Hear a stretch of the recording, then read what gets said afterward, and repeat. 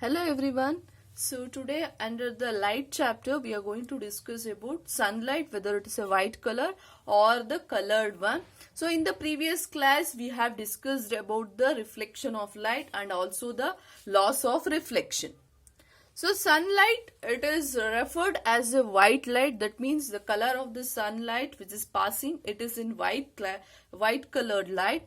That white color light will split into constituent colors. Constituent colors means Vibgaya. 7 colors we are going to observe.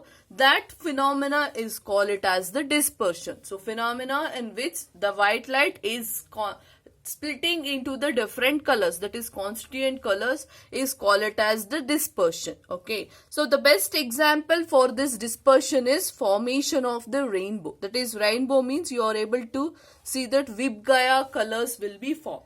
So this is the example for the dispersion of light. How this is an example means when a white light or the sunlight falls on the water droplets.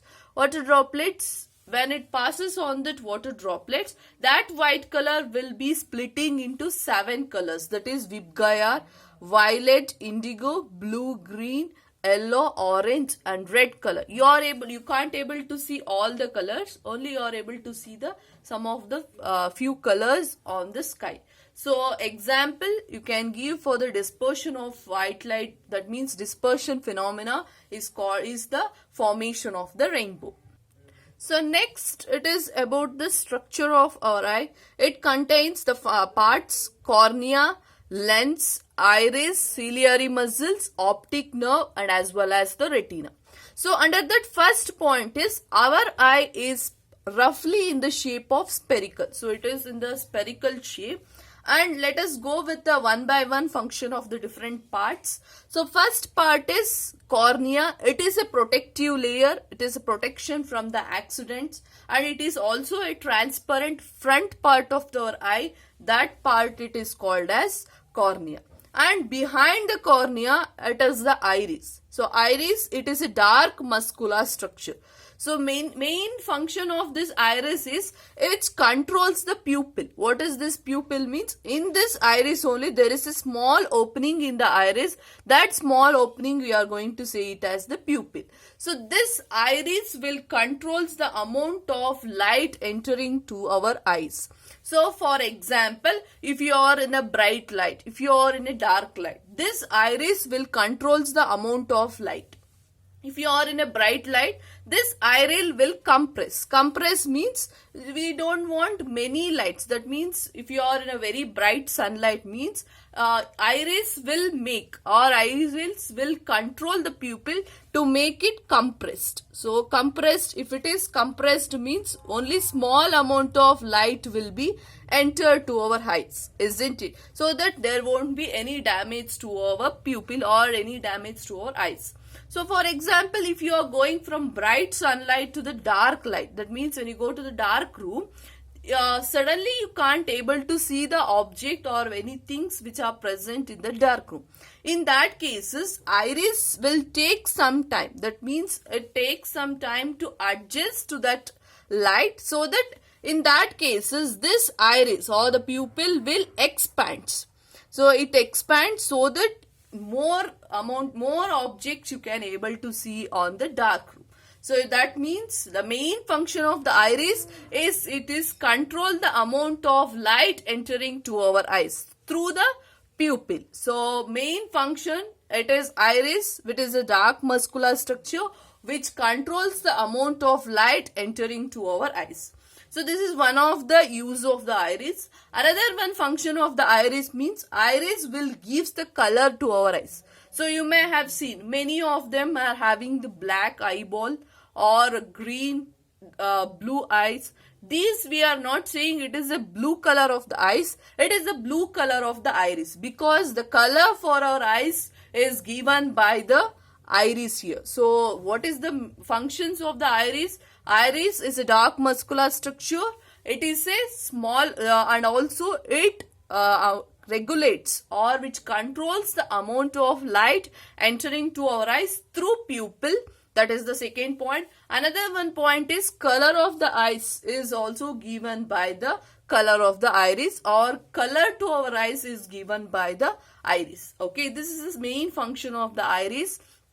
And iris were controlling the pupil, that is whether to expand or to compress. So in the bright light it compress it, and in a dark light it expand it. Next is lens is present. This lens here we have to know only, that is convex lens is present in our eyes. This convex lens focus the light on the retina. So whatever the object you are able to see, that object will be formed on the retina. So I can say retina is like a screen here. Okay, retina, formation of image on the retina, it is nothing but there is image is forming on the screen here.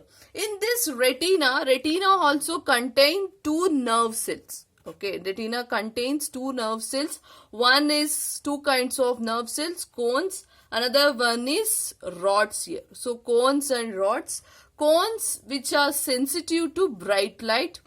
Cones are sensitive to bright light, and rods are sensitive to the dark lights here. Okay, and also these retinas through optic nerve. So what are the image will be formed on the screen? Through this optic nerve it will be passes through our human brain. So lens object will be formed on the lens. Through the lens the image will be formed on the retina. Through the from the retina through optic nerve. So optic nerve functions as a transmission or the transportation of the image from eye to our brain. Okay, it acts like a transmission. So and also retina has sensory organs. These are cones which are sensitive to bright light, and rods which are sensitive to the dark light. Okay. Next is between this optic nerve and also retina. I can say this is a junction. There is a junction between the optic nerve and as well as retina. This junction is called it as the blind spot. Okay, or I can say there is a person, for every person will be a partially blind. Okay, we'll do one activity so that you will understand what is the concept of this blind spot. So this blind spot is a junction between the optic nerve as well as the retina, where in this case the transmission of the image or the transmission of the object from eye to the brain will stop. That means no transmission of the no transportation or no transmission from eye, that is image will be going on from our eye to the top of the brain. In that spot it is called it as the blind spot. So to understand this blind spot, let us do one activity. So what is this activity means? In a one sheet of paper, mark one as the round shape, another one as into mark. Okay, first close your left eye and see only the into marks. You can able to see, so you can take that into mark closer to you, and you can able to see that after some time that round shape will goes on disappearing. Then you can do the same activity by closing your right eye, and you can able to see the round mark continuously. After some time you are able to observe that into mark which is there, which will be disappearing. Why it is happening means there is some point, or I can say 1/16th second, 1/16th second of the time in which every person or every human being will be partially blind. Okay, you are not able to see the image which is on the other side. This condition is called it as the blind spot. So I think now you have understand the concept of blind spot here. How this blind spot is occurring means all the image which is formed will be in this form only. So whatever it is forming through the lens, it is going and forming on this blind spot. So when the image is formed on the blind spot means that a junction between the optic nerve and the retina. In this case, no transmission of that image to the brain takes place. So in that places you are not able to recognize or you are not able to see that image or that object. So this type of condition, it is called as the blind spot here. Okay, so this is about the human eye, very important concept it is. So human eye, first we have discussed about dispersion of light. Next we have discussed about eye and structure of eye and function of the eye. So spherical in shape, about the cornea,